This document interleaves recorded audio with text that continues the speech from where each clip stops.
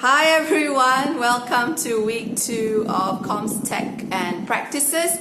This week we are doing technological determinism and social determinism understanding, and what does culture mean and how does it factor into these two sets of thinking.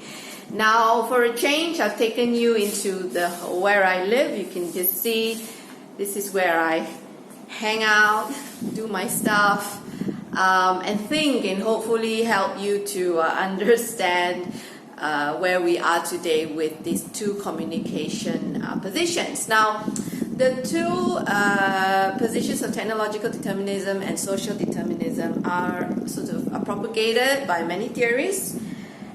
You'll find that in the notes we talk about Marshall McLuhan and Raymond Williams's two different positions on this view. Now McLuhan is, in his view, simply put, he tends to see how technology shapes the way we behave. He has given the example of the printing press and how it makes us now focus more on visual reading compared to previous technologies which required us to listen and to verbalize. So if you can see the notes, that's the two examples he gives.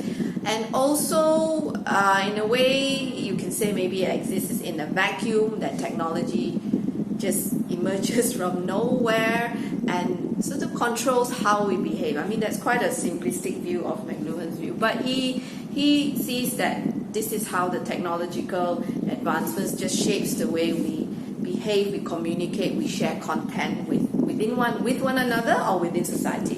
Now, Raymond Williams, if you're following his work in the past few units, he disagrees with McLuhan's view on a very reductionist theory, that you just reduce society to just being shaped by technology. What about the complex social institutions that already exist? What about schools? What about religion? What about churches, temples? What about political parties? So he says it's not that simple. Society within itself has its own norms and sets of behaviors, and therefore influences how technology is used, how technology is also perhaps manufactured. So these are quite two polar opposites. One's quite cause and effect, another needs a lot of complexity and other factors that influences how maybe technology is used or how certain decisions affect businesses and government policies. So it may not just be, it may not just be straight away A plus B equals C. So have a read of those readings. Now, another thing to sort of look at for this week is understanding how our communication systems are either shaping the way we speak.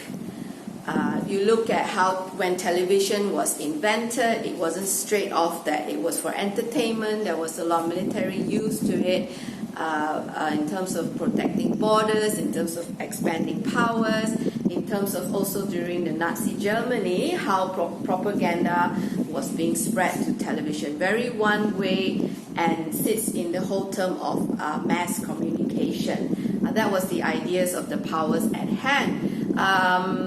Today, we know that the internet has made it a bit easier to give feedback, so there is a negotiation of meanings, there is a passing on of ideas back to the source of information. So it's no longer one way, and it's no longer as simple as that.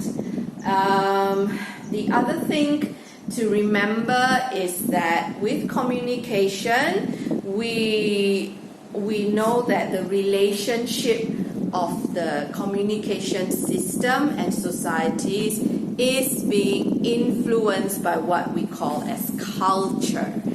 Now, culture very broadly consists of certain sets of norms and behaviors that maybe define a particular group of class, a race even, age, as we talked about in tutorial last week, certain sort of communities or demographics like to sit in a particular communication system. Is it guided by their cultural values, their belief system, or their ways of normally behaving? This is how they find belonging. This is how they kind of carry on in society. This is how they see it as normal for them.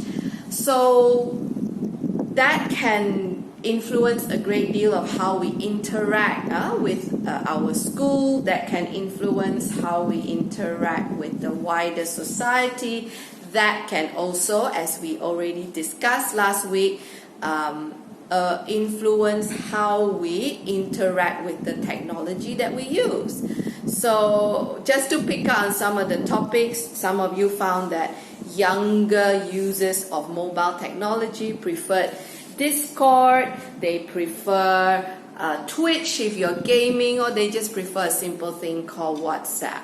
But on the other hand, there may be senior users or late adopters to the internet who prefer, you know, the WhatsApp season, or they've got onto Facebook a little late and found that broadcasting and sharing their feelings, opinions may have been more useful on that platform. So you notice how a big thing called age influences the use of technology.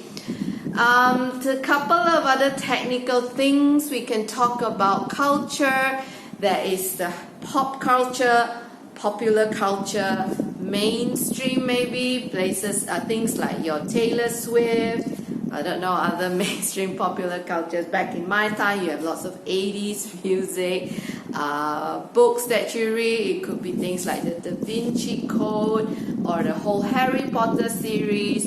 So things that apply to a large number of people. Then there's also the differentiation you can make with high culture. There's a certain elitist attitude towards high culture, which sort of segregates a sense of highbrow attitude towards entertainment. Things like opera, the theatre, maybe plays written by BAFTA winning award screenwriters. There may be a select few that only listen to classical music, drink French wine, you know, I mean, that's not really quite high culture, but I think you get my drift. Or perhaps not mingling with the working class or going to mass areas or larger areas, which a lot of, I suppose, big gatherings of public who enjoy, you know, maybe rock music or that sort of thing. So there is a small number of people that sit with this elitist view. No, I won't say a small number, but they feel that they're exclusive. They may not let people into their groups as easily as the masses or popular culture. So there's two differentiation. Perhaps you can see how communications technology sits within these two cultures. Who was the likelihood of a user of a tool that reaches out to the masses or embraces popular culture? And what about people in the highbrow business? How do they engage? How do they use comms tech? So that guides those sort of behaviors, sort of shapes the norms of that particular group of people who follow those, you know, high and low culture. They call it low or mass culture, popular culture. And that also influences how they use certain technology. So fortunately or unfortunately, highbrow tends to be associated with a particular class, a particular wealth group. Is it always the case? Unfortunately, maybe the top 10%, the top 8% of people who own, you know, most of the world's wealth may tend to sit there or not. So think about how culture affects, you know, how they choose their technology, how they use it, and how they use it is not just maybe for entertainment. They could be using it for spreading certain influences, reaching out with certain propaganda or ideas or narratives to shape a particular way. For instance, let's take COVID as an example. The travel ban affects the whole world. So for instance, when EU imposed the travel ban early in March, there were a couple of very rich, very high T20 types Americans decide to fly in with the private jet. So they use a particular technology to get into Europe, but they were banned. Why do they behave this way? Why do they assume there's a particular exclusivity that the mass travel ban doesn't involve them? They don't see themselves as being mass. So this is how they use technology to, I suppose, in a way communicate. They want to travel, they want to see Europe, but they think they're excluded from this whole COVID travel ban, which is actually a bit ridiculous if you ask me. But do they see themselves as a higher class? Do they see themselves different because of their norms and behaviors? So that is one set of thinking. Now, that can also sit in, if you look at the notes, there's an Arnoldian way of describing this culture. It sits in exactly those sort of thinking, elitist, highbrow, very exclusive, very transactional, also of very high value. Value, which I mean this value, particularly monetary value. So that's just one set of sort of thoughts from Arnoldian theories. And then there is just the other more inclusive, expansive, technical definition of culture. So if you're looking at a little bit more detail in explaining what culture is, the notes provide you with that. So just to recap, just remember your two positions. Neither one is completely sweeping, but neither one is also, sometimes you can say, is it convincing enough for your set of arguments? You may see that some technology does sit in the spectrum of forcing the society to behave in a certain way, but you could also look at how people's mobility, the need to be in several places at once, the need to carry portable items shapes the way a device is designed. You know, does Apple react to public feedback like that?